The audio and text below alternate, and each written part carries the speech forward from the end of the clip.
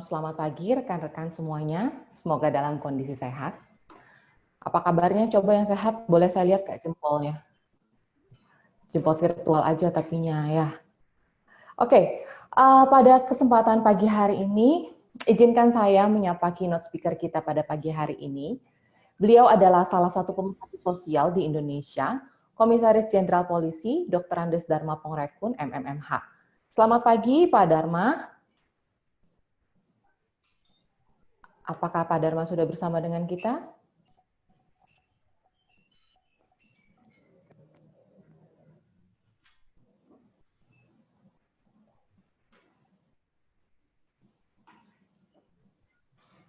Oke. Selamat pagi, Pak Dharma.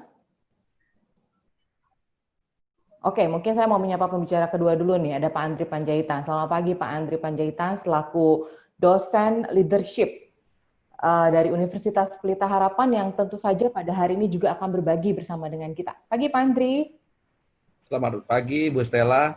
Sehat, Semangat Pak pagi Andri. semua partisipan. Sehat, Pak Andri. Bersyukur, puji Tuhan, sehat, anugerah Tuhan. Ya. Dan sepertinya Pak Dharma sudah bergabung nih. Selamat pagi, Pak Dharma. Selamat pagi, Bu. Selamat pagi, Pak. Izinkan saya manggil Pak Dharma aja boleh kali ya, Pak, ya, biar lebih santai ya? Iya, bebas, Bu. Bebas, baiklah. Terima kasih loh Pak Dharma dan Pak Andri untuk waktu yang diberikan untuk mau berbagi dengan teman-teman mahasiswa pada sesi webinar di Sabtu pagi hari ini. Dan teman-teman, seperti yang kita ketahui bersama, bahwa tahun 2018 yang lalu, pemerintah Indonesia kan meluncurkan program Making Indonesia 4.0. Making Indonesia 4.0 didefinisikan sebagai the next industrial revolution. Dan yang menjadi penciri dari revolusi industri ini yang keempat adalah digitalisasi.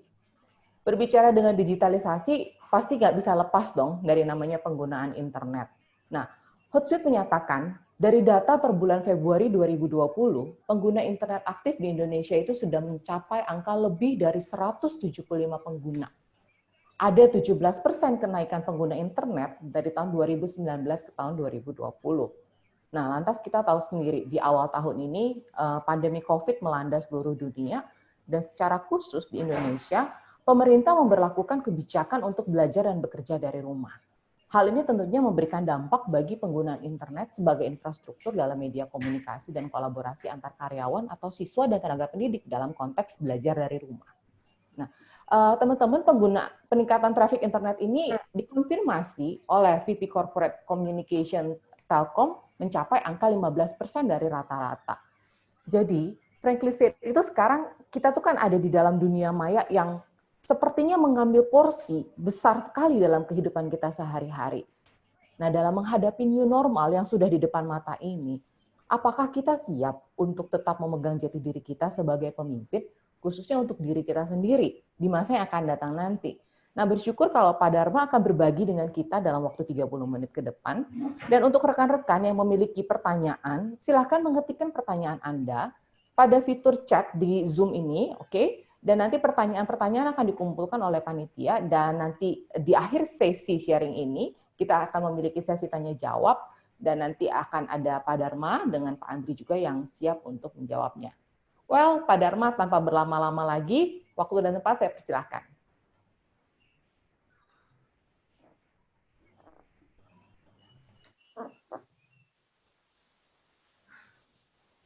Ya, shalom. Halo. Shalom, Pak. Ya, saya ucapkan selamat pagi di waktu yang indah ini. Berarti di sini artinya spesial komunitas kita ya. Betul, Pak. Ya, spesial komunitas kita. Jadi ketika Pak Andri mengajak saya untuk menyampaikan ini, saya masih berpikir apa yang Pak Andre harapkan. Sebenarnya judul ini bagus sekali, tetapi antara lead yourself in the digital world itu dua kondisi yang betul-betul bertolak belakang. Kenapa bertolak belakang? Karena lead yourself kita bisa memimpin, dan mengendalikan. Tetapi digital world itu adalah life engineering. Jadi kita yang mau dipimpin. Nah, pemahaman ini perlu kita ketahui bahwa apa yang terjadi, dunia, digital world atau cyberspace, tujuan akhirnya adalah total control. Itu merupakan visi daripada digital world. Nah, mana paparannya? Sambil ngomong. Mungkin saya tampilkan sedikit sini. Tolong itu jadi konsentrasi kamu. Ya.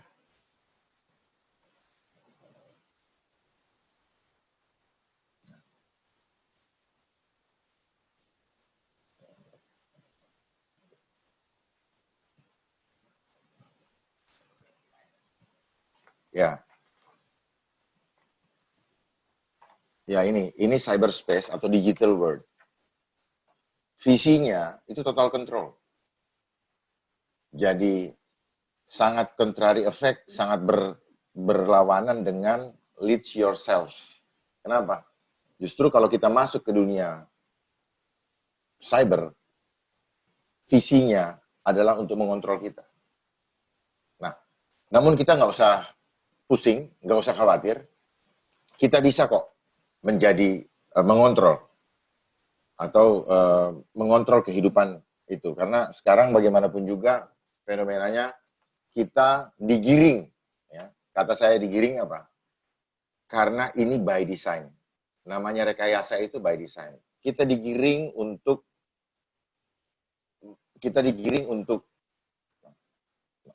maksudnya tangannya. Bingung. Kita digiring untuk masuk ke dalam kehidupan yang tanpa kita sadari peradaban kita jadi berubah. Saat ini kita sadari bahwa kita ada dalam era globalisasi atau digital world.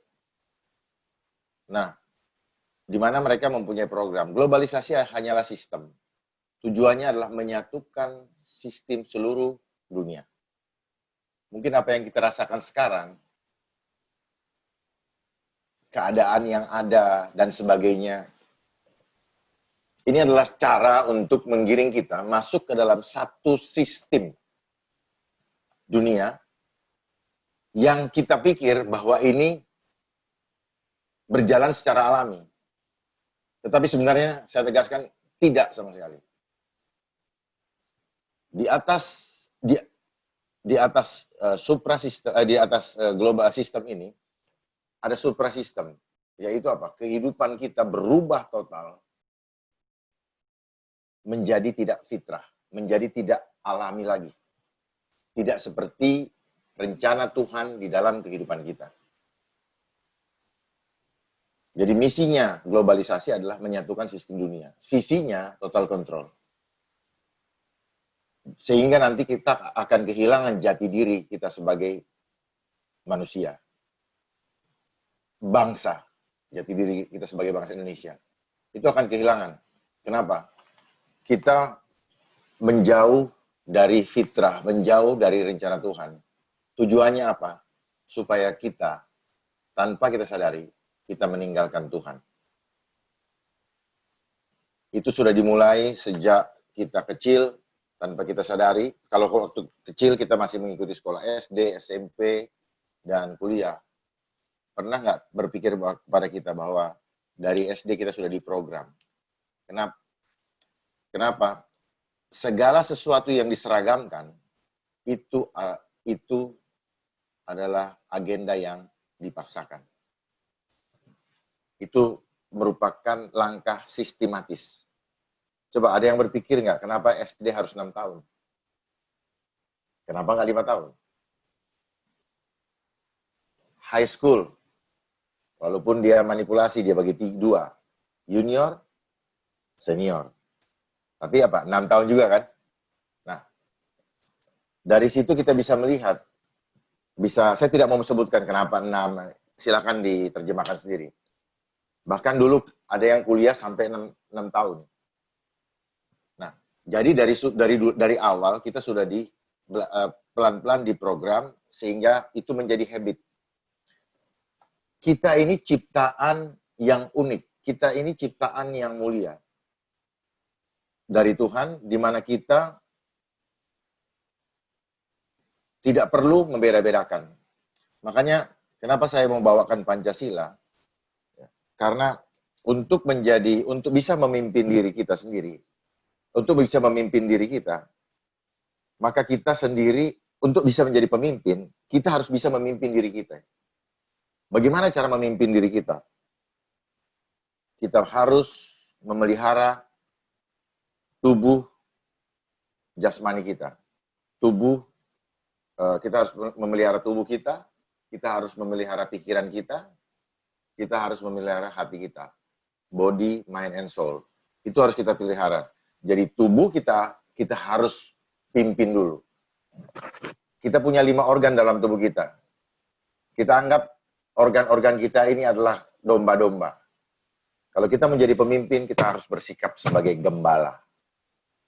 Fitrah itu kita harus menjadi gembala. Supaya apa? Supaya semua organ-organ kita bekerja mengikuti apa yang diarahkan oleh gembalanya.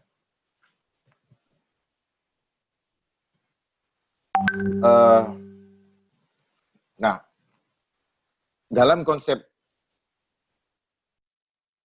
luhur bangsa Indonesia, yaitu Nuswantara, Nu adalah makhluk swa mandiri, anta menuju ra Tuhan. Jadi ini adalah konsep spiritual yang merupakan visi bangsa Indonesia. Dan sebenarnya bukan cuma bangsa Indonesia, apabila ini diterapkan di seluruh dunia, maka kita akan menjadi manusia-manusia fitrah. Nah, bagaimana untuk mencapai manusia yang fitrah? Sudah diberikan kurikulum oleh Bung Karno, yaitu Pancasila. Sila pertama, ketuhanan yang Maha Esa. Itu mempunyai nilai ikhlas. Kenapa? Tuhannya satu, Tuhannya satu, menciptakan berbagai macam perbedaan. Sehingga kita tidak boleh membeda-bedakan, kita harus menerima ciptaan Tuhan yang lain. Jadi sila pertama, itu nilai spiritualnya ikhlas. Lalu sila kedua, kemanusiaan yang adil dan beradab. Kemanusiaan yang adil dan beradab tidak akan bisa kita capai manakala kita membanding-bandingkan. Ciptaan Tuhan itu unik. Artinya apa? Tuhan ciptakan semuanya sempurna. Tidak ada yang tidak sempurna. Tidak ada yang lebih, tidak ada yang kurang. Karena penciptanya satu. Jadi sebagai manusia, kita harus menerima ciptaan Tuhan yang lain tanpa membanding-bandingkan. Kalau kita sudah mampu untuk tidak membanding-bandingkan, maka kita baru bisa adil. Kita tidak membandingkan, kamu cacat, saya normal, itu konsep dunia. Kamu kaya, saya miskin, itu konsep dunia. Tetapi di mata Tuhan, kita sama. Tidak ada yang boleh sombong. Karena yang merasa rendah diri pun itu sebenarnya adalah sombong terselubung. Jadi kita tidak boleh membanding-banding. Kalau kita sudah bisa adil, maka kita bisa menjadi manusia beradab. Kenapa kita beradab? Karena kita menghargai apapun ciptaan Tuhan di bumi ini. Berikutnya, sila ketiga, persatuan Indonesia. Nilai yang terkandung apa? Syukur, bersyukur. Apabila kita sudah mampu untuk menerima semua pemberian Tuhan ini sebagai hadiah, tanpa membanding-bandingkan, otomatis kita bisa bersyukur. Kita berharap bahwa dengan Ibu Stella sebagai hadiah buat saya, Pak Andre sebagai hadiah buat saya, rekan-rekan semua moderator sebagai hadiah buat saya, maka kita di situ baru bisa bersyukur. Kita bisa bersatu. Seperti inilah yang harusnya terjadi. Setelah kita bisa bersyukur dengan berlimpah, 1, 2, 3, ini nilainya menerima. Kalau kita hanya mau menjadi manusia yang menerima, maka kita belum menjadi manusia yang lengkap. Karena fitrahnya manusia itu menerima dan memberi. Nah, sila keempat bisa kita lakukan kerakyatan yang dipimpin oleh hikmat kebijaksanaan apabila terkandung nilai tulus. Kalau kita sudah menerima begitu banyak, merasa menerima begitu banyak dari Tuhan, otomatis kita mampu untuk memberi. Nah, sila keempat itu adalah tulus memberi ketika kita menyadari bahwa semua ini pemberian Tuhan, maka kita harus tulus sehingga di dalam melakukan permusyawaratan dan perwakilan, kita akan mudah karena kita tidak mementingkan diri kita sendiri, kita tidak mementingkan kepentingan kelompok. Hikmat kebijaksanaan, hikmat yang benar hanya satu dari Tuhan. Hikmat kebijaksanaan. Ya. Tanpa itu kita akan melakukan hal-hal yang tidak mementingkan kepentingan orang lain, tetapi kepentingan diri kita. Kalau dari Tuhan, pasti kita akan mendahulukan kepentingan orang lain, kepentingan orang banyak dari kepentingan kita. Nah, sila keempat dan kelima, apabila kita mementingkan kepentingan orang lain, maka kita akan menjadi manfaat buat orang lain. Kita tidak membawa musibah. Sejatinya, itulah cara kita untuk bisa memimpin diri kita. Tanpa kita memahami sila 1 nilai-nilai spiritual sila 1 sampai dengan sila 5, kita sulit untuk menjadi pemimpin yang tidak sembarang pemimpin. Karena apa? Di dunia maya, begitu rupa caranya untuk bisa mengendalikan kita. Sehingga potensi kepemimpinan kita harus lebih dari sekedar pemimpin biasa. Karena kita dituntun oleh Tuhan. Nuh adalah makhluk swa mandiri, anta menuju ra Tuhan. Ketika kita menjadi insan nuswantara, kita akan diberikan kemampuan lebih di dalam memimpin, di dalam menjalani kehidupan, karena kita tahu kita berjalan dalam jalan Tuhan. Tuhan sendiri yang akan memimpin kita. Sehingga sila 1, 2, 3, 4, sila 1, 2, 3 nilainya memberi, 4, 5 menerima, 4, 5 itu memberi. Jadi manusia yang fitrah, dia ikhlas menerima dan dia ikhlas memberi. Dan semuanya atas izin Tuhan. Semuanya, apapun yang kita lakukan, demi kemuliaan Tuhan. Bukan untuk kemuliaan kita. Nah, ini yang saya sampaikan. Mungkin kita bisa explore nanti, manakala ada pertanyaan. Dan saya akan menyampaikan di sini, memperlihatkan video nanti, bahwa apa yang terjadi sebagai pemimpin yang fitrah, itu dimulai dengan kita menjaga diri kita. Pertama, body, mind, and soul. Tubuh kita harus fitrah. Tubuh kita harus kudus. Ada dalam Korintus berapa, saya lupa. Tubuhmu adalah bait Roh Kudus. Tanpa menjaga tubuh kita menjadi bait Roh Kudus, sulit kita untuk fitrah. Tubuh kita harus dijaga, makanan kita juga harus dijaga, makanan yang betul, tidak asal sembarang makan. Body, mind, pikiran kita harus pikiran yang bersih. Hati kita, pikiran yang benar, hati kita harus hati yang bersih. Tanpa itu semua, sulit untuk mengatasi rekayasa yang terjadi di dunia cyber. Karena kita akan justru berbalik, kita yang dikontrol. Tanpa kehidupan yang fitrah, tanpa kehidupan yang ini, maka kita akan tergiring dan mudah tergiring masuk ke dalam peradaban yang direkayasa. Dan pelan-pelan kita akan meninggalkan Tuhan. Kenapa? Karena di dunia maya itu penuh dengan manipulasi, penuh dengan rekayasa. Dan seringkali mereka menggunakan propaganda ketakutan. Untuk apa? Untuk merubah pola kehidupan manusia. Propaganda ketakutan adalah cara iblis untuk mengintimidasi manusia. lewat pikiran. Dan ketika manusia takut, otak purbanya akan keluar, dan dia akan melakukan defense. Nah, kalau orang sudah melakukan defense, cenderung dia akan individual. Dia akan mementingkan dirinya sendiri. Seperti yang kita lihat sekarang. Semua bersembunyi di rumah. Semua tidak ada hubungan sosial yang hangat lagi seperti dahulu.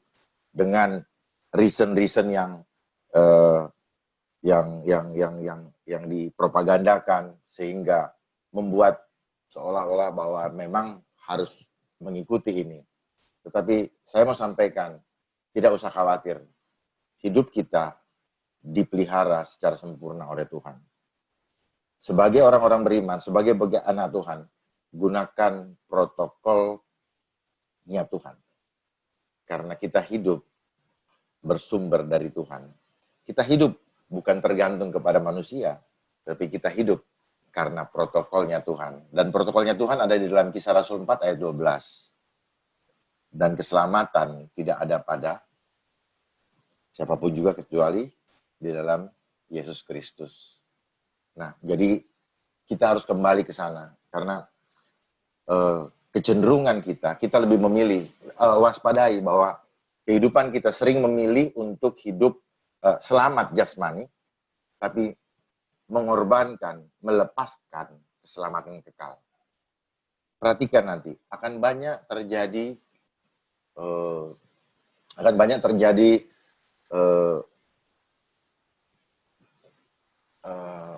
tawar hati. Karena apa? Karena kita sudah terlalu lama digiring untuk hidup dalam number system. Ketika uang kita banyak di bank, kita senang. Ketika dimunculkan angka kematian, kita takut. Bayangkan, hanya gara-gara angka kita ini. Apa kita nggak bodoh? Tetapi itulah dunia. Dia menggiring logika berpikir kita. Logika ini kan ini, pikiran yang diprogram. Digiring hanya untuk mengenal number system. Ya, dari sistem edukasi kita juga kita disuruh cari ranking, nilai di sekolah diberikan nilai yang bagus boleh sombong, yang jelek tidak haknya dibully, dan membentuk rasa. Perhatikan juga bahwa sistem kehidupan kita digiring untuk mengikuti teori segitiga piramida. Kita disuruh berkompetisi supaya menjadi orang-orang yang kalau mau jadi hebat harus berkompetisi. Padahal kompetisi itu adalah cara mendidik jiwa kita untuk menjadi penjahat. Kita nggak sadari. Karena apa? Di situ akan muncul luka. Padahal yang Tuhan inginkan, kita gotong royong. Bukan berkompetisi. Salah itu saya katakan kalau kompetisi. Saya berani katakan itu salah. Itu sengaja dilakukan supaya kita saling sikut-sikutan dan saling membunuh satu dengan yang lain. Seperti yang kita lihat selama ini. Dan ke depannya. Karena kompetisi, masing-masing orang akan individualis. Mementingkan kehidupannya sendiri. Kenapa? Karena kita sudah di setting supaya apa? Kalau kita hebat, kita yang berhak mengatur yang lain. Kita yang berhak dipuji-puji. Nah, disitulah muncul luka, dendam, sakit hati, dan sebagainya. Sifat-sifat iblis mulai muncul di dalam diri kita. Saat ini adalah saat di mana kita disuruh, saat ini adalah saat kesempatan di mana kita masih bisa memilih mana bos kita. Tuhankah atau iblis? Dia sedang bermain untuk menguasai kita. Dia membuat sistem. Sistem itu punya dia. Tuhan memberikan kita free will. Tetapi dia memaksa dengan sistem. Kerjanya dia apa? Sistematis dan masif. Sistem yang dibuat itu masif. Masif itu memaksa. Gak ada pilihan. Itu pasti dari iblis. Tapi kalau dari Tuhan, Tuhan tidak pernah memaksa kita. Dia memberikan free will, dia memberikan kebebasan kepada kita untuk memilih. Ikut aku masuk surga, tidak ikut aku masuk neraka. Tuhan sendiri tidak pernah memaksa kita untuk bertobat. Kenapa? Karena Tuhan suka yang murni. Tuhan nggak suka yang fake. Tuhan tidak suka yang munafik. Tuhan tidak suka yang rekayasa. Tuhan suka yang fitrah. Tuhan suka yang murni. Oleh sebab itu saya mengencourage semua kepada adik-adik, generasi muda, calon pemimpin bangsa. Bangsa ini akan kembali jaya apabila adik-adik bangkit hatinya menjadi para pembela bangsa. Pembela bangsa tidak pernah menginginkan bangsanya dilukai. Pembela bangsa tidak pernah menginginkan bangsanya ditakut-takuti. Pembela bangsa tidak pernah ingin mencuri dari bangsanya.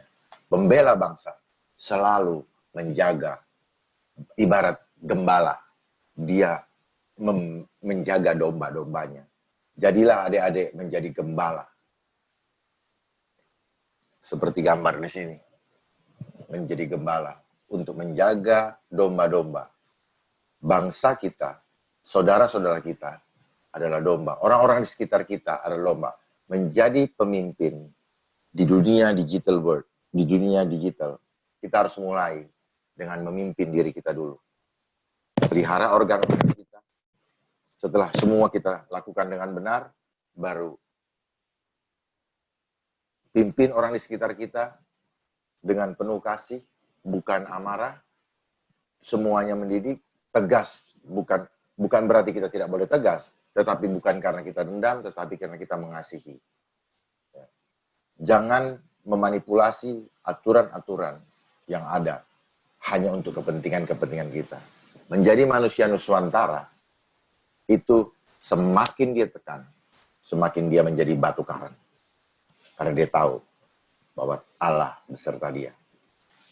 Yang berikutnya, ya setelah itu semua, saya ingin tampilkan bagaimana seorang Bung Karno, kebetulan hari ini adalah ulang tahun Bung Karno, tanggal 6 Juni 1901 beliau lahir. Saya minta tolong ditampilkan, ada video Bung Karno ketika beliau membacakan Pancasila di PBB. Ya, yang pertama dulu.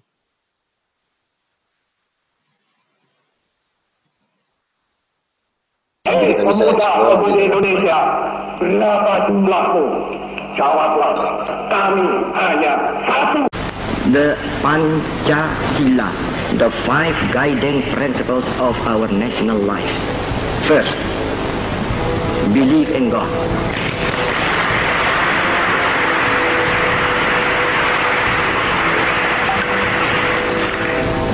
Second, nationalism.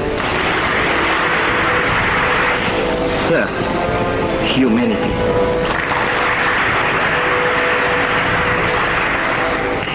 Fourth, democracy.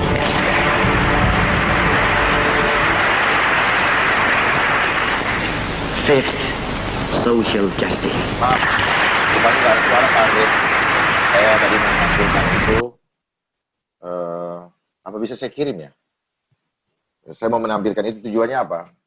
Betapa Bung Karno ketika dia berbicara di PBB, vibrasinya luar biasa, sehingga seluruh ruangan, seluruh orang yang hadir, itu mempunyai vibrasi 5 bintang. Artinya apa?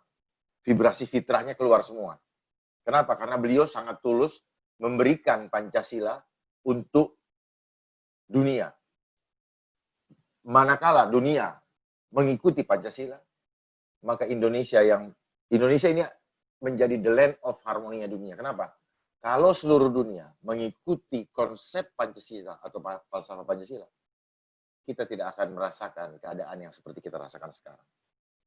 Sehingga para generasi muda, contohlah Bung Karno, karena Bung Karno adalah salah satu pemimpin yang memberikan hatinya untuk bangsa, sehingga bangsa kita bisa merdeka dan merasakan buah karya daripada hasil perjuangan daripada beliau. Mungkin kita nanti bisa mengeksplor lebih dalam di dalam tanya jawab supaya bisa lebih ini, karena kalau saya paparkan terlalu banyak. Tapi yang terpenting adalah saya memberikan ini bahwa menjadi hidup di dalam dunia cyber, jangan sampai meninggalkan jati diri kita sebagai bangsa Indonesia. Karena budaya yang ada di situ tidak bisa diterapkan di dalam kehidupan, di dalam budaya Indonesia, budaya Nusantara. Adanya, sekarang kita mengetahui ada new normal, Betul. apapun istilahnya, tetapi jangan pernah meninggalkan jati diri bangsa. Jati diri bangsa kita adalah Nuswantara. Nu adalah makhluk, Swa itu mandiri, Anta menuju, Ra Tuhan. Dan bagaimana mencapainya? Lakukan sila 1 sampai sila 5. Pertama, ikhlas. Kedua, menerima dan menghargai. Ketiga, bersyukur selalu. Keempat, hatinya tulus. Kelima, semuanya kita lakukan demi manfaat buat orang lain. Atas izin Tuhan, dan demi semua yang kita lakukan itu menerima, memberi, demi kemuliaan Tuhan. Itu siklus manusia yang fitrah. Terima kasih, Tuhan memberkati. Baik, terima kasih Pak Dharma. Paparannya sangat komprehensif dalam waktu yang begitu singkat, padat dan jelas. Sudah boleh dipaparkan kepada teman-teman. Bagaimana kita bisa melihat mengintegrasikan iman Kristiani kita ke dalam Nuswantara tadi yang menjunjung tinggi Pancasila dengan 5 silanya. Nah, teman-teman melanjutkan dari sesi Pak Dharma, kita akan mendengarkan sharing dari Pak Andri Panjaitan, dan setelah sharing dari sesi Pak Andri nanti kita baru masuk ke sesi tanya jawab ya Pak Dharma ya. Baik, untuk teman-teman yang memiliki pertanyaan, kami mempersilahkan teman-teman sekali lagi untuk mengetikkan pertanyaannya di kolom chat, fitur chat yang ada di Zoom ini. Dan setelah sesi dari Pak Andri Panjaitan nanti, kita akan masuk ke dalam sesi interaktif tanya jawab. Waktu dan tempat saya persilakan Pak Andri, silakan. Diatur ini supaya kelihatan. Ya, terima kasih Ibu Stella, terima kasih Pak Jenderal, Pak Dharma untuk pemaparannya. Sungguh mengingatkan, menyegarkan lagi ini. Baru aja kita memperingati hari lahirnya Pancasila, dan saya percaya bahwa Pancasila nggak hanya lahir untuk Indonesia. Pancasila lahir untuk dunia seperti yang tadi Pak Dharma sampaikan pada waktu Pak Soekarno menyampaikan pidato tentang Pancasila di PBB dengan vibrasi yang begitu luar biasa, bintang 5 tadi istilahnya Pak Dharma. Itu betul-betul menjadi satu hal yang saya percaya itu bukan karena semata-mata pemikiran manusia saja. Kalau hanya manusia, banyak pemikiran-pemikiran yang sekarang nyambung, cocok, tapi nanti ke depan udah nggak nyambung lagi. Tapi ternyata Pancasila sampai hari ini adalah menjadi satu hal yang sangat-sangat kontekstual di zaman ini. Bahkan tadi Pak Jenderal juga sudah sampaikan bagaimana penerapannya. Nah, izinkan saya sedikit berbagi terkait dengan digital world ini. Saya setuju sekali tadi dengan Pak Dharma sampaikan bahwa ya tujuan daripada digital world ini kan mengendalikan. Itu sebabnya bagaimana kita sebagai pribadi mengerti supaya kita tidak dikendalikan menuju ke arah yang salah, tetapi kita punya prinsip, kita punya tujuan, kita punya arah. Itulah lead self. Sehingga dengan kita bisa lead self, baru kemudian kita akan bisa menjadi pemimpin yang sejati. Izinkan saya sedikit memberikan sharing materi saya. Ya, banyak orang kalau ditanyain apakah dia pemimpin atau tidak, banyak yang merasa aku pemimpin atau tidak ya. Banyak yang malah merasa tidak menjadi pemimpin. Khususnya kalau saya tanyakan ke rekan-rekan mahasiswa, khususnya mahasiswa baru, ya siapa yang percaya ngaku dia pemimpin? Ternyata nggak semua mengaku dia pemimpin. Karena apa? Karena seringkali konsep kepemimpinan itu, seorang pemimpin itu karena punya jabatan, punya pangkat, punya posisi, karena dia hebat. Apakah pemimpin karena hal-hal seperti ini? Saya pikir kalau begini artinya nggak semua bisa jadi pemimpin. Padahal tadi Pak Dharma juga sudah sampaikan, Nuswantara kembali kepada hakikinya keberadaan kita sebagai manusia ciptaan Tuhan. Saya percaya bahwa setiap kita harusnya adalah pemimpin. Namun banyak yang seharusnya jadi pemimpin, tapi dia tidak menjalankan fungsi kepemimpinan itu sendiri. Ya, kira-kira kalau saya ditanyakan pemimpin itu apa sih? Kira-kira gambaran saya pemimpin itu adalah siapapun juga, ya, a leader compelled by the unshakable desire to serve. Seorang pemimpin yang memiliki sesuatu dorongan yang begitu besar yang tidak tergoyangkan untuk melayani. Jadi saya percaya setiap kita adalah pemimpin pada waktu apa? Pada waktu hidup kita ini ada dampaknya, ada gunanya, ada manfaatnya buat orang lain. Jadi tidak hanya sekedar bicara pemimpin adalah untuk saya, tapi saya untuk Tuhan dan untuk sesama. Itu pemimpin. Jadi karena dia memiliki sebuah motivasi yang kuat, yang terblended, terembedded dengan karakternya dia, dengan tujuannya itu apa? Dengan kerendahan hati dia memilih untuk menempatkan orang lain lebih daripada kepentingannya sendiri, untuk menambahkan value, menambahkan makna, menambahkan arti daripada orang tersebut. Jadi pemimpin yang saya percayai adalah seorang pemimpin yang keberadaannya adalah menginginkan supaya melihat orang lain menjadi lebih baik. Nah, pemimpin seperti inilah yang saya percaya harusnya dimiliki khususnya di Indonesia, khususnya bagi para pemuda-pemuda, karena pemuda adalah masa depan bangsa, future leaders. Kalau para pemuda-pemuda ini menyadari bahwa dia hidup bukan hanya untuk dirinya sendiri, tapi dia hidup untuk berdampak, hidup untuk menjadi berkat buat orang-orang di sekelilingnya. Saya sangat yakin bahwa Pancasila itu akan terwujud. Tadi Pak Dharma sempat sampaikan sila pertama, kedua, dan ketiga itu bicara tentang bagaimana kita ikhlas menerima. Sila keempat dan kelima itu bicara tentang ikhlas memberi. Nah dari sini saya lihat itunya artinya ada fokusnya di diri kita dulu yang harus menang, yang harus menjadi pribadi yang seutuhnya, yang hakiki, yang sejati, yang kembali kepada fitrahnya. Baru kemudian kita bisa memberi, baru kita bisa berdampak. Mungkin kalau kita orang Indonesia kita tahu ya ini apa ya. Ini gambar soto. Apa hubungannya soto dengan kepemimpinan? Soto ini adalah cara gampang untuk mengingat bagaimana journey daripada kepemimpinan. Yaitu S, pertama yaitu lead self. Kemudian O, lead other. Yang ketiga T, lead teams. Dan selanjutnya adalah O, lead organization. Jadi disingkat SOTO, self, others, team, dan organization. Jadi pada waktu Bapak Ibu lagi makan soto, ingat, wah saya harus jadi pemimpin bagi diri saya sendiri, bagi orang lain, bagi tim, dan bagi organisasi. Soto harusnya menjadi satu hal yang kita ingat senantiasa. Mulai dari lead self. Nah kalau kita bicara tentang digital world, ternyata memang kita bisa lihat di Indonesia, ini data tahun 2020, saya ambil dari We Are Social, ada sekitar 175 juta penduduk Indonesia di mana itu menggunakan internet, device-nya apapun juga, ya. Dan pengguna internet ini dari total populasi 64%, artinya udah lebih banyak yang pakai internet. Jadi kalau kita bicara tentang dunia nyata kita ini, kita sebagai warga negara atau citizen, ternyata kita juga menjadi warga negara dari dunia maya, digital. Nah, ini suatu kenyataan di mana kita harus siap di kehidupan kita. Baik di dunia nyata maupun di dunia maya, kita harus menjadi diri kita harus memimpin diri kita. Apalagi kalau kita lihat rata-rata di sini, ternyata udah sepertiga waktunya kita itu rata-rata itu ada di internet. Average daily time spent using the internet on any device by each internet user. Jadi pengguna internet ada di dunia maya itu hampir 8 jam. Ya, dan ini yang menyebabnya kadang-kadang jadi kurang tidur. Sedangkan tadi Pak Dharma bilang apa? Ya, kita harus bertanggung jawab sama diri kita, termasuk tubuh. Ya, tubuh kita harus sehat karena kita adalah bait Allah. Jiwa kita harus sehat. Dan tentu saja spiritual, rohnya kita juga harus sehat. Nah, kalau 8 jam di dunia maya, pertanyaannya ngapain di dunia maya ini?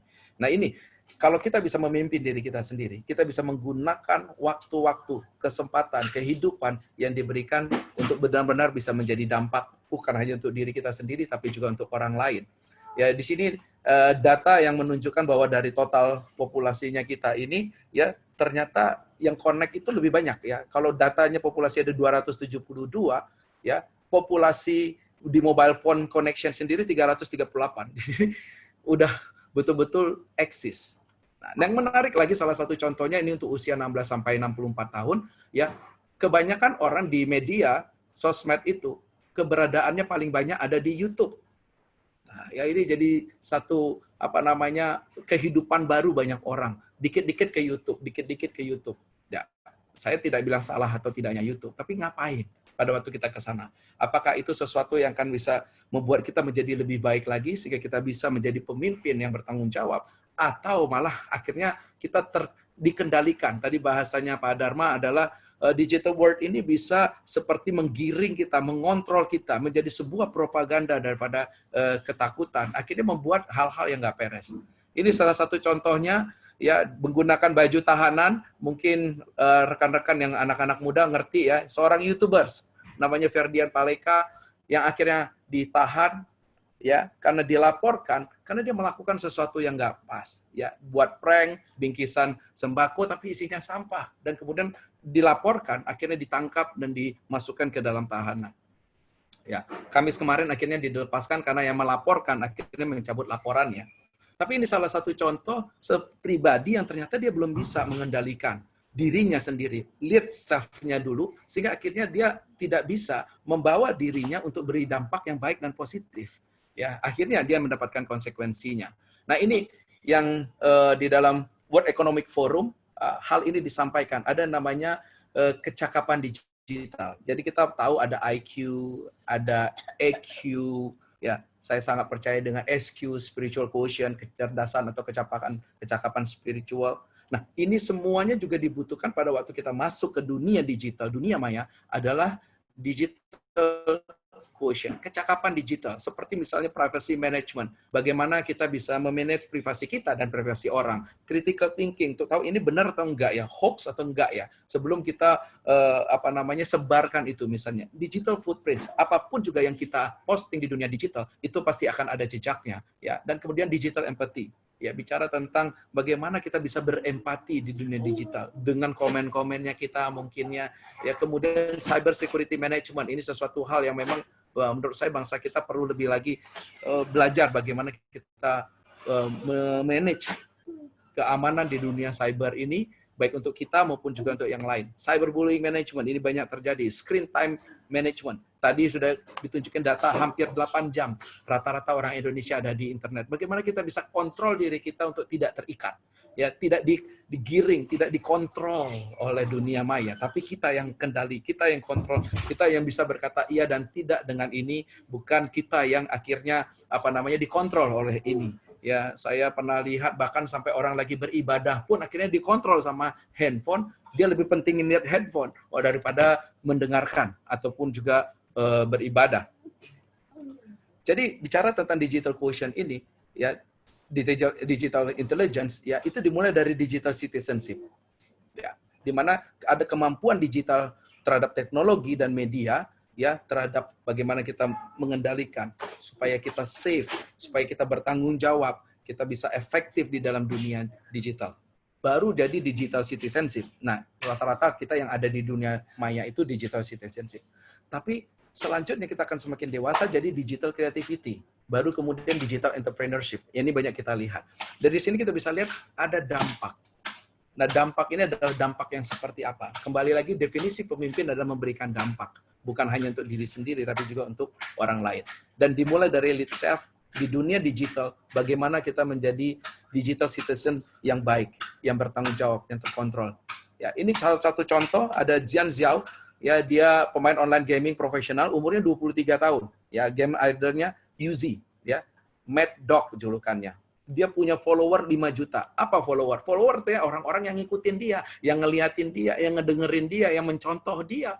Lah, bayangkan kalau orang yang punya 5 juta follower ini, tapi ternyata hidupnya itu nggak pas. Ya, dikatakan bahwa Uzi ini pada akhirnya mengumumkan untuk pensiun, ya, dari semua kompetisi e-sport. Alasannya adalah karena mengalami stres berat. Sementara banyak orang pengen punya followers, ini punya followers 5 juta, tapi akhirnya stres. Akhirnya dia nggak bisa jaga dirinya, dia mengidap diabetes. Ini yang menunjukkan nyata bahwa kita perlu untuk lead self di dunia digital ini. Karena kalau tidak, itu juga akan berdampak buat kita. Dan itu juga bisa berdampak, mempengaruhi orang-orang, apalagi mereka jadi follower istilahnya. Ini yang lain lagi, ya, Bapak Menteri kita, ya, beliau minta dipanggil sebagai Mas Nadiem Makarim. Ya, kita tahu persis bahwa beliau adalah pendiri daripada Gojek. Dia menggunakan dunia digital untuk kemaslahatan orang banyak, untuk kepentingan orang banyak.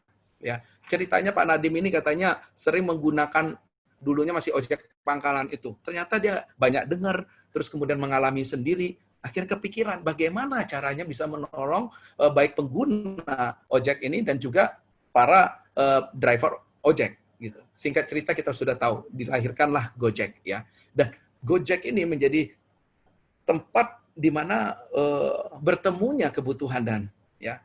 Ini menjadi sebuah solusi inovatif dengan menggunakan teknologi, dengan menggunakan dunia maya. Ya, ini akhirnya membuat sebuah kebutuhan yang baru, bahkan membuka lapangan kerja yang baru dan padat karya. Ini seorang pemimpin di mana karyanya dia nyata dan bermanfaat buat orang banyak. Ini tadi bicara tentang value added for others itu. Ya, saat ini data bulan Maret ada 2 juta pengemudi Gojek di Indonesia. Ada 400.000 penjual makanan dan minuman yang 80%-nya itu merupakan UMKM. Artinya keberadaan daripada apa yang dilakukan oleh Pak Nadiem di dunia digital itu punya dampak, tapi dampak yang baik. Dampak yang akan menggiring banyak orang akhirnya mengalami ya kesejahteraan. Dan kita harap bukan hanya kesejahteraan jasmani, tapi kesejahteraan jiwani dan bahkan ya harusnya kesejahteraan rohani. Di mana dunia digital pun bisa.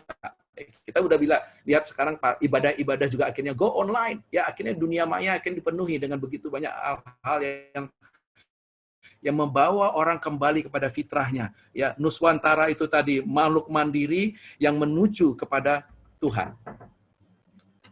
Terakhir adalah ini. Ya, Andrew King mengatakan being human in digital world is about building a digital world for humans. Jadi fokusnya adalah manusianya.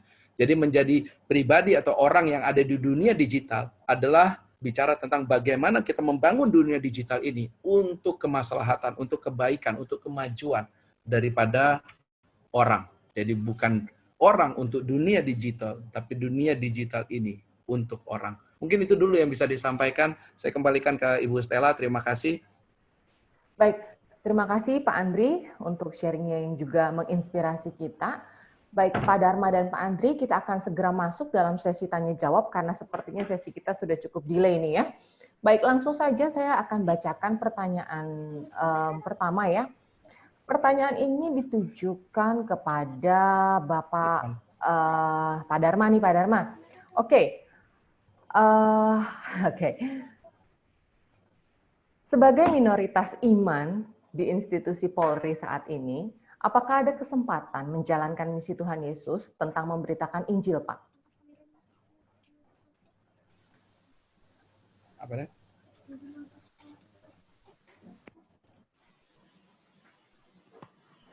Udah dengar? Halo? Iya, Pak Dharma. Udah dengar? Sudah, Pak. Silakan. Baik.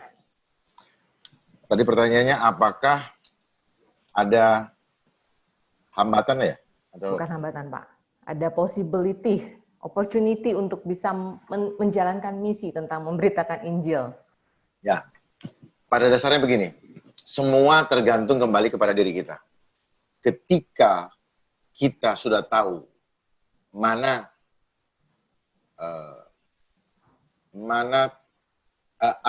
apa tugas kita dari Tuhan, maka jalankan terus dan percaya Tuhan yang bela.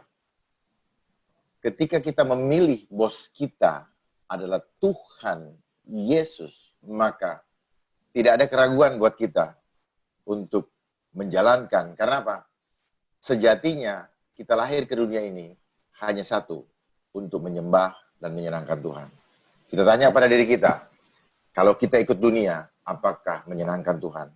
Saya mau beri sedikit masukan bahwa musuh terbesar, musuh utama atau kompetitor utama Tuhan Yesus dalam hidup kita adalah Mammon.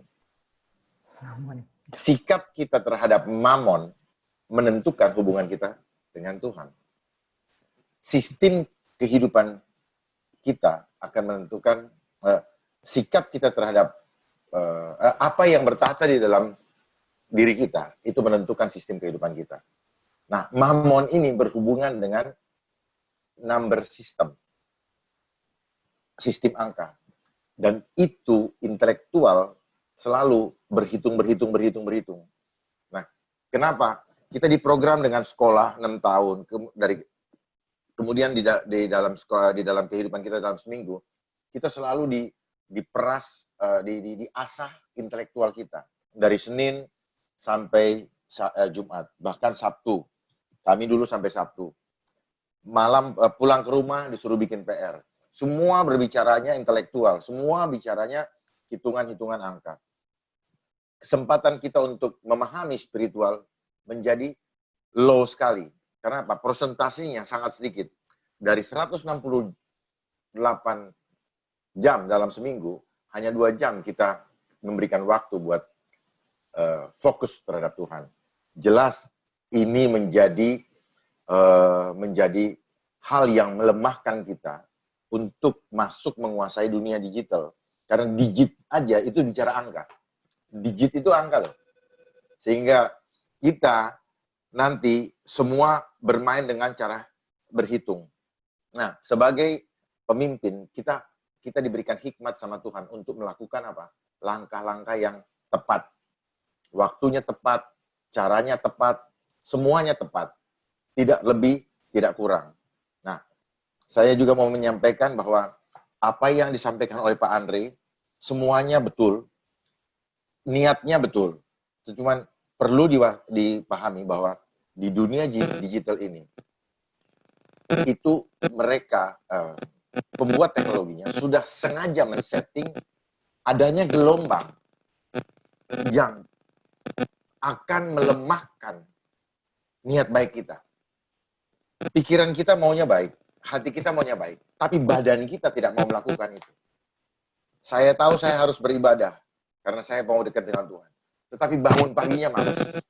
Nah, yang harus kita latih bagaimana badan kita mau nurut. Dan persoalannya, gelombang yang ada di gadget ini, itu melemahkan sistem sel kita. Tubuh kita dikendalikan oleh dua unsur. Satu, otak. 2, sel. Nah, otak ini cuma punya kekuatan 5%. Sel kita itu 95%. Jadi kalau sel kita, kalau di dalam Alkitab dikatakan kedagingan, itu tidak dilatih. Ada di dalam Korintus juga, latihlah tubuhmu. Kalau kita tidak melatih, maka kita tidak akan terampil. Nah, namanya melatih itu dilakukan berulang-ulang. Berdoa pun berulang-ulang. Apa saja kita harus latih berulang-ulang. Makanya kurikulum yang tepat untuk kita, mau dia bangsa apapun juga, Pancasila ini paling tepat. Pahami bahwa kita berasal dari Tuhan. Sehingga kita punya jiwa yang ikhlas. Kemudian pahami bahwa kita tidak boleh membedakan. Saya tidak boleh membedakan Ibu Stella dengan saya. Ibu Stella adalah makhluk ciptaan Tuhan yang sempurna. Walaupun Ibu pakai kacamata, saya tidak. Sempurna di depan mata Tuhan. Nah, dunia ini mengajarkan kita untuk membanding-bandingkan. Dan kuncinya di angka tadi. Ibu Stella punya nilai ulangan 80. Saya 45. Ibu Stella tanpa sadar akan menganggap saya lebih rendah. Nggak usah disuruh. Karena apa? Ada angka yang membanding-bandingkan kita. Di sini kuncinya. Makanya di mana-mana digital lah, algoritma lah, binar lah, semua bicara angka. Itulah kehidupan jasmania. Kita selalu berhitung. Saya sudah kasih apa ke orang itu, saya harus dapat apa. Jadi kehidupan yang bukan seperti itu yang saya dimaksud dengan fitrah. Bukan seperti itu yang Tuhan inginkan kita lakukan dalam kehidupan kita. Tetapi kehidupan yang gotong royong. Semua sama di mata Tuhan, dan kita saling melengkapi untuk tujuan apa? Untuk mempermuliakan Tuhan.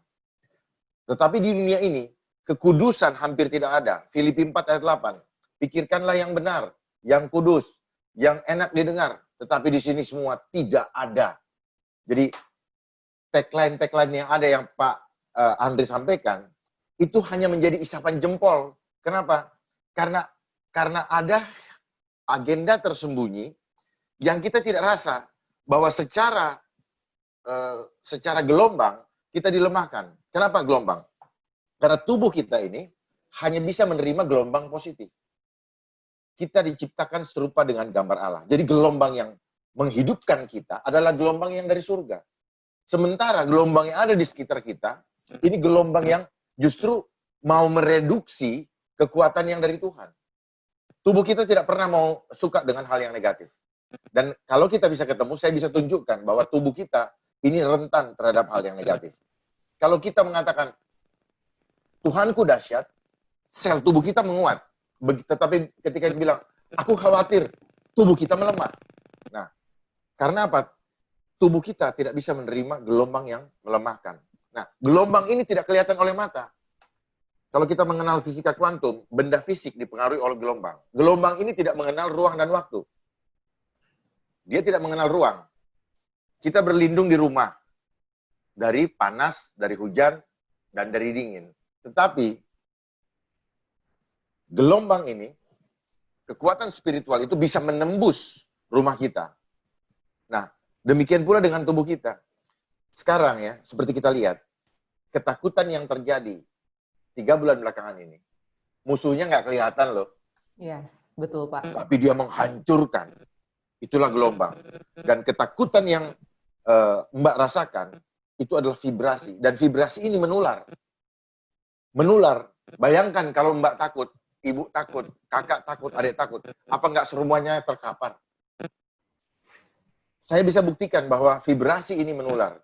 Kalau Mbak happy, maka semua rumah happy. Kalau Mbak berani, semua rumah berani.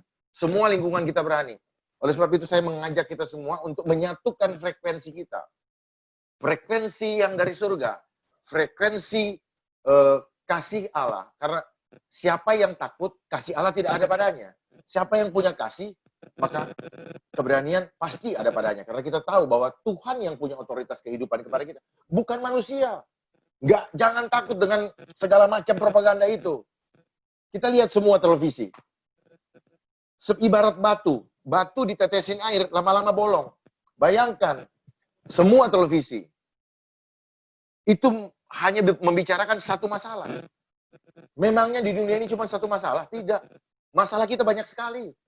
Tetapi karena memang didesain sedemikian rupa untuk membuat manusia merasa terancam dengan propaganda. Kalau dagangan ini apa? Propaganda itu dagangan, jadi promosikan supaya orang terbentuk, ya, opininya, image-nya, lalu akhirnya mulai kelabakan, melindungi dirinya dari sesuatu yang tidak kelihatan, dengan segala macam peralatan lah, beginilah, apalah kan. Ini saya ambil, beginilah, nggak akan menang kalau pertahanan di dalamnya tidak kuat. Apa yang dilakukan selama ini adalah pertahanan luar. Saya mau menyampaikan, saya melengkapi. Pertahanan luar tidak akan cukup kalau tidak dilakukan dengan pertahanan dalam. Pertahanan dalam itu apa? Iman. Iman yang kuat adalah iman yang stabil. Itu hanya bisa kalau kita hidup kudus. Hidup kudus, mulai dari makanannya kudus, tubuhnya kudus. Makan kudus, itu tumbuh-tumbuhan, sayur-sayuran, yang kacang-kacangan itu ada dalam Kejadian berapa? Kejadian itu ada di situ, makanan itu bukan daging-dagingan. Berhenti dulu makan daging-dagingan di dalam masa seperti ini. Lalu, pelihara tubuh kita sebagai bait Allah. Tanpa kita pelihara sebagai bait Allah, omong kosong kita punya iman yang kuat. Tetapi kalau iman kuat, hormon interferon, catat ini, hormon interferon itu akan terproduksi dari tubuh kita. Firman Tuhan di dalam Amsal mengatakan ini, hati yang gembira adalah obat yang manjur. Nah, seringkali para hamba Tuhan tidak menjelaskan seperti apa bentuk obat yang manjur. Ternyata ketika hati yang gembira, ketika hati kita penuh dengan shalom, shalom itu damai sejahtera yang tidak pernah putus. Kalau bahasa orang bisnisnya itu infinity, kayak angka 8, tidak pernah terputus. Itulah baru kita bisa bersyukur dalam setiap keadaan. Jadi hati yang gembira, refleksi di dalam fisik manusia, itu akan memunculkan hormon. Hormonnya apa saja? Endorfin, dopamin, oksitosin, serotonin, dan interferon. Kalau sudah sampai interferon, semua penyakit tidak akan pernah mampu menyentuh tubuh manusia. Jadi iman kita akan sangat berhubungan dengan imun kita. Jadi kalau imun kuat, baru segala macam yang kita gunakan itu mau pakai baju planet lah dan sebagainya, baru bermanfaat. Kalau enggak ada gunanya. Tetapi jangan stres, nggak pakai baju planet, nggak pakai itu. Kalau dalam kita kuat, percayalah, semua bisa kita hadapi. Kenapa saya encourage kita untuk menggunakan protokol Tuhan di dalam Kejadian Kisah Rasul 4 ayat 12. Kenapa? Kalau kita fokus kepada protokolnya manusia, kita selalu khawatir. Karena apa? Karena tidak ada jaminan keselamatan. Karena tidak ada kepastian. Karena kepastian hanya ada di dalam aku. Akulah jalan kebenaran dan hidup. Tidak ada seorang pun dapat melihat Bapa kalau tidak melihat aku. Kita kan mau kembali kepada Bapa. Nuswantara, makhluk mandiri menuju kepada Tuhan. Nah, kenapa kita mandiri? Karena hidup kita mandiri bertanggung jawab pada Tuhan.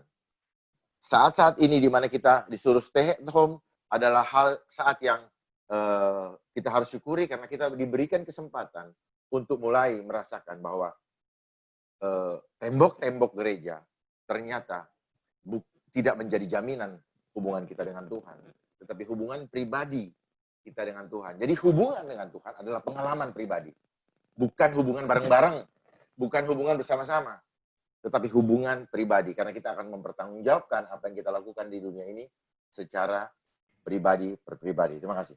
Baik, terima kasih Pak Dharma. Wah, ini rupanya penjelasan untuk menjawab satu pertanyaan yang diberikan tadi, udah menjawab beberapa pertanyaan lainnya dari teman-teman partisipan di hari ini.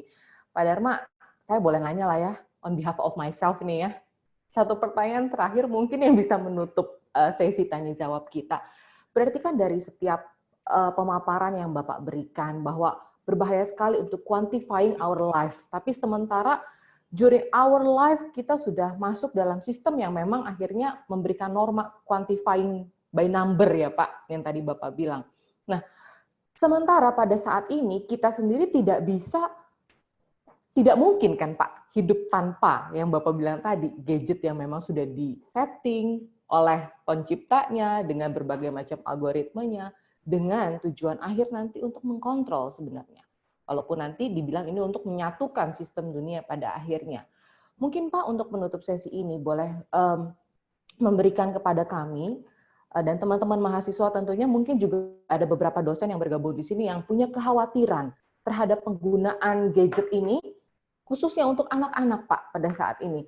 Sebagaimana mungkin secara singkat Bapak bisa memberikan tips dan trik untuk kita bisa wise dalam menggunakan internet, media sosial, and so on di dalam dunia maya ini agar kita tetap tidak kehilangan jati diri kita sebagai Nuswantara tadi ya Pak, makhluk sosial menuju Tuhan, which is juga makhluk mandiri yang menuju ke Tuhan, dan yang pasti bawaan kita sendiri adalah ciptaan Tuhan. Silakan Pak. Ya, seperti saya sampaikan di awal tadi bahwa untuk mencapai makhluk Nuswantara yang bisa mengendalikan digital world. Nah, untuk mencapai makhluk Nuswantara melalui kurikulum Pancasila. Oke, Pak. Mulailah dilatih di dalam melatih tubuh kita dengan kurikulum Pancasila. Coba latihan ikhlas. Ya. Latihan untuk bisa menerima. Ikhlas itu contohnya sila pertama itu ikhlas. Kita sadari bahwa kita ini adalah ciptaan Tuhan yang mulia. Oh iya dong, kalau udah mulia, masa kita mau tidak mempermuliakan diri? Nah, itu harus dilatih, bukan cuma dihafalin, dilatih. Bagaimana bisa Mbak ikhlas? Menerima saudaranya yang lebih kaya. Menerima saudaranya yang kelihatannya secara jasmani kurang. Atau secara finansial kurang. Tidak menganggap itu. Tetapi bagaimana kalian bergotong royong di dalam menghadapi ini semua? Masalahnya, dunia cyber itu menggiring kita untuk individualis. Nah ini, itu jangan mau diindividualiskan, jangan sama sekali mau. Lawan dan tolak itu. Kenapa? Di sini awal kehancuran. Coba lihat, banyak orang kaya, ya, tidak memerlukan orang lain karena dia punya uang. Dia bisa bayar orang untuk bekerja, tetapi di pandangan dia orang itu adalah buruh dia, karena dia punya uang. Makanya tagline selama ini ketika kita itu customer is the king. Ya, betul, Pak. Itu adalah cara dunia untuk membuat mindset kita rusak. Bahwa menganggap orang merendah, sehingga kita suka maki-maki. Loh, kenapa begini? Saya gini, dan sebagainya.